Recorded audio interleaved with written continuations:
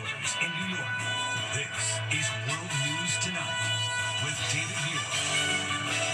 Good evening and thanks for joining us on a busy Friday night. I'm Mary Bruce in for David. We begin tonight with the inferno and chaos at one of the world's busiest airports and the ripple effects felt around the globe.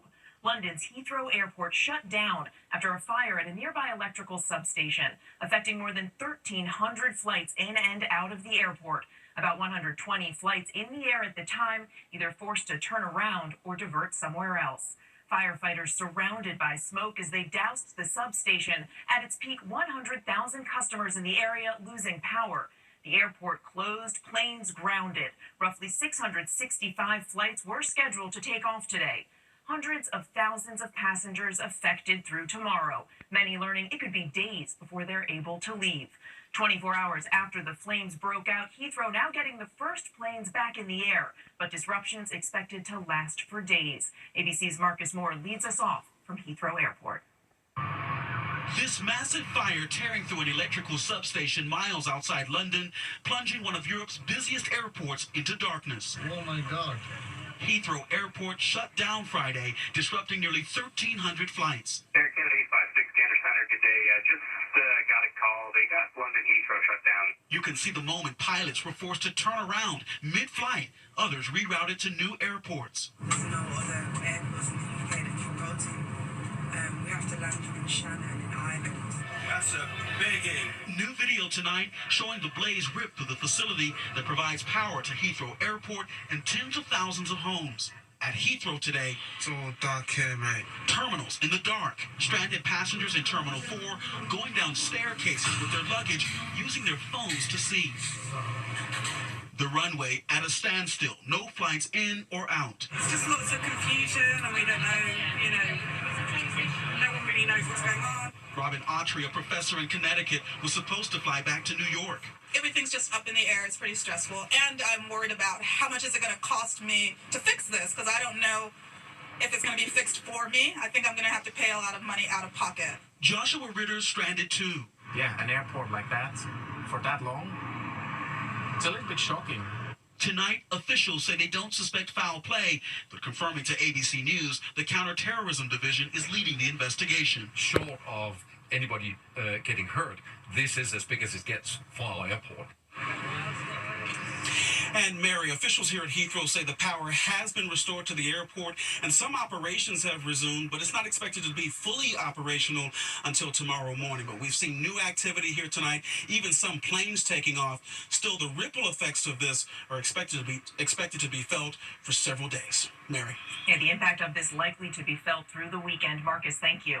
We move on now to President Trump defending Elon Musk's high-profile meeting at the Pentagon. The president denying reports the world's richest man was scheduled to meet with the Joint Chiefs of Staff for a briefing on the Pentagon's potential China war plan. Musk sitting down with Defense Secretary Pete Hegseth, but not the Joint Chiefs. The president insisting he doesn't want Musk briefed on war plans about China. Here's ABC's Chief Global Affairs correspondent, Martha Raddatz. Tonight, two U.S. officials confirming that a scheduled Pentagon meeting between Elon Musk and the Joint Chiefs was changed this morning after a bombshell report in the New York Times saying Musk's visit would include a top-secret briefing on potential war plans with China, which would be an extraordinary expansion beyond the tech billionaire's DOGE responsibilities, especially given his business connections to China. Instead, Musk's Pentagon visit turned into an office meeting with Defense Secretary Hegseth, which came after a furious post from Musk denying the top-secret meeting was ever in play. I look forward to the prosecutions of those at the Pentagon who are leaking maliciously false information to New York Times. They will be found. President Trump denying a top-secret meeting as well, saying he wouldn't want to show war plans to anyone. I don't want to show it to anybody. You know, you're talking about a potential war with China. Trump also addressing the potential conflict of interest such a briefing would pose for Musk. I don't want to show that to anybody, but certainly you wouldn't show it to a businessman who is helping us so much. He's a great patriot. He's paying a big price for helping us cut costs. Hegseth, for his part, said the conversation with Musk was focused on government efficiency. We welcomed him today to the Pentagon to talk about DOGE, to talk about efficiencies, to talk about innovations. It was a great informal conversation. There was no secret plans.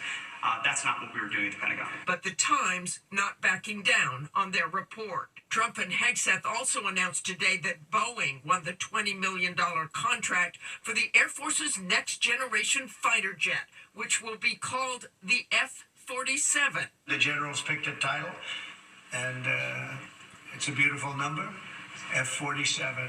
Trump is, of course, the nation's 47th president. 1947 was also the year that the Air Force was established as a separate service. The Joint Chiefs did hold a 2-hour meeting this morning, the so-called tank, a secure room in the Pentagon, a meeting held without Elon Musk. Mary? That meeting's still going on, Martha. Thank you. Now to the tense showdown between President Trump and the federal judge demanding answers about those deportation flights, sending hundreds of Venezuelan migrants to El Salvador. The judge frustrated, accusing the government of, quote, not being terribly cooperative. ABC News pressing the president, asking if he believes he has the authority to deport people without having to show the evidence against them.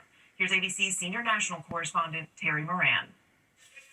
A tense courtroom showdown in Washington over the deportation of more than 200 Venezuelan migrants to a prison in El Salvador, many under a centuries-old wartime law that allows the government to deport people with little to no due process. Federal Judge James Boasberg grilled the Justice Department lawyer about why those flights with the Venezuelans on board weren't immediately turned back to the U.S. despite his explicit order from the bench last Saturday. The lawyer admitting, "I understood your intent, that you meant that to be effective at that time," appearing to contradict the White House.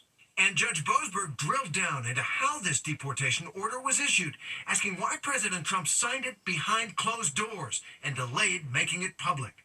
Why is this proclamation essentially signed in the dark on Friday night or early Saturday morning, and then these people rushed on the planes? To me, the only reason to do that is if you know it's a problem and you want to get them out of the country before a suit is filed, the judge said.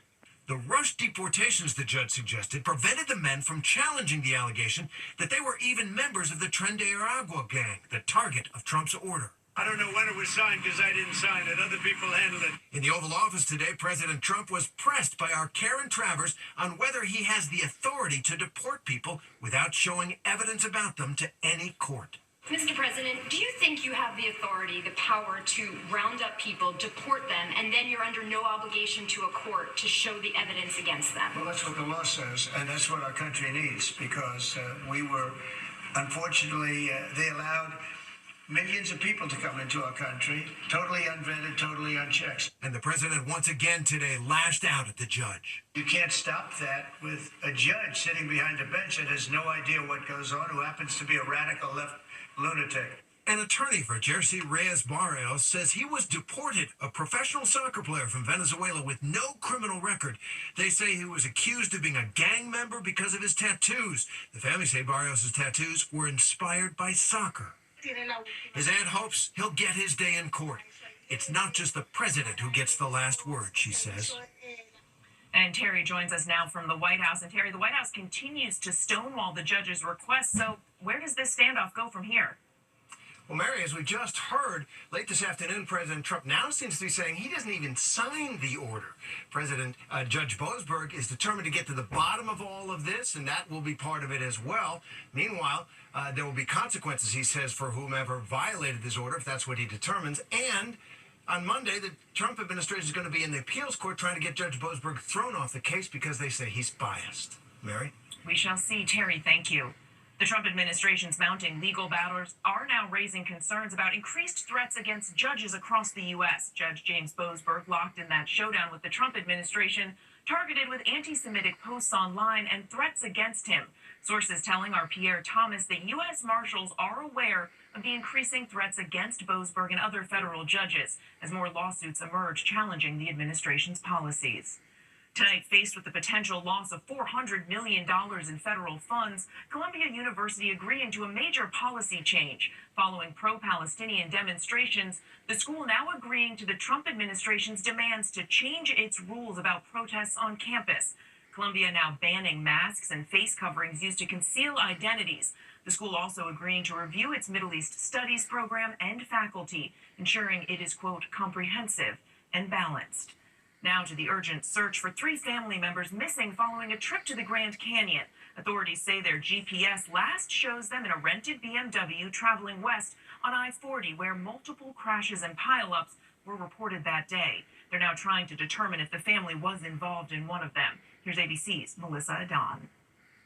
Tonight, authorities in Arizona urgently searching for these 3 members of the same family, missing for over a week after visiting the Grand Canyon on vacation. We spent 3 days searching. We've exhausted all the leads. The South Korean consulate submitting a missing persons report for 33-year-old Yi Ji-an, 54-year-old Kim Jong-hee, and 59-year-old Kim Tae-hee. The mother, daughter, and aunt were last known to be driving a white BMW rental car to Las Vegas after leaving the Grand Canyon. Authorities say the car's last GPS data showing it westbound on Interstate 40 last Thursday. The same day, this fiery multi-vehicle accident took place on that highway, killing at least 2. Officials say it's not known whether the family's rental car was involved in the crash. Are there still any cars that are unidentified or any people that possibly may be unaccounted for from that? That is possible that they were in that accident. We've also checked all the hospitals. We haven't had any contact. No further pings on the phones or the GPS contact with that car. Mary, investigators say that pileup crash was so fiery and intense it made it so difficult for investigators to identify any of the cars, which is why they're asking for anyone with photos or videos from that crash to come forward, or any details if they've seen details from the family's white BMW rental. Mary? Okay, Melissa, thank you. Tonight, high winds causing trouble on the East Coast from Florida to New York. A massive tree coming down in the wind, falling on a school bus in Tewksbury, New Jersey. 10 children and an adult hospitalized. A massive wildfire burning more than 25,000 acres outside Miami. A stretch of Highway 1 shut down.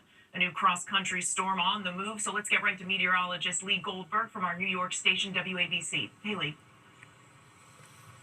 Hey, Mary, that March wind definitely front and center this weekend, and that means more fire danger from the southwest into the plains all the way to the east coast, Georgia into the Carolinas, South Florida as well. And then the new cross-country storm, it's dropping into the Pacific Northwest with coastal rain and mountain snow in the Cascades to the Rockies, over a foot in some of the highest elevation that winds through the plains and into the Midwest over the weekend, kicking up the winds, which gust to 60 miles an hour. That can mean blowing snow and even some power outages. There's a severe side to this. Remember this, on Sunday afternoon and evening, make sure you're on alert from Texas to Tennessee. Some damaging winds, maybe a brief tornado. By Monday, that rain reaches the East Coast. Good soaking in the Northeast, but it's snow in upstate New York and into northern New England. Spring on hold. Mary?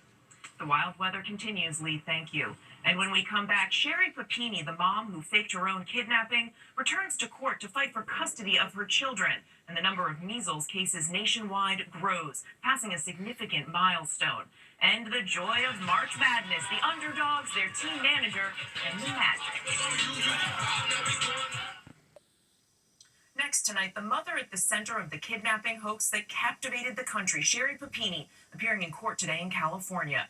Papini, who was sentenced to 18 months in prison, is asking the judge for custody of her 2 children. She also wants to prohibit her ex-husband from showing the children the Hulu docu-series The Perfect Wife, which chronicles her story. Her ex-husband says she's unfit. I don't think therapy will help Sherry. I don't think anything can help Sherry. Papini was released from prison in August of 2023. President Trump tonight appearing to give a warning after several incidents of vandalism against Tesla dealerships and charging stations. Overnight, firefighters in Fargo, North Dakota extinguished a fire at a Tesla charging station. Officials say the incident is suspicious. President Trump posting on social media that anyone caught vandalizing Teslas should go to jail for up to 20 years, and he suggested vandals be sent to prison in El Salvador. When we come back, new concerns as the nationwide measles outbreak grows. To the index now, new concerns tonight as a measles outbreak in Texas continues to grow. The state is now reporting 309 cases. Most are in unvaccinated people. One school-age child has died. Nationwide, there are now 378 confirmed measles cases across 17 states. That's more than the 285 cases in all of last year.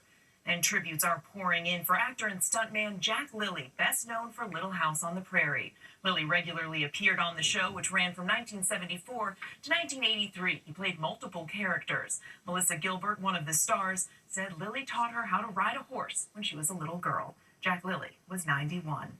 And when we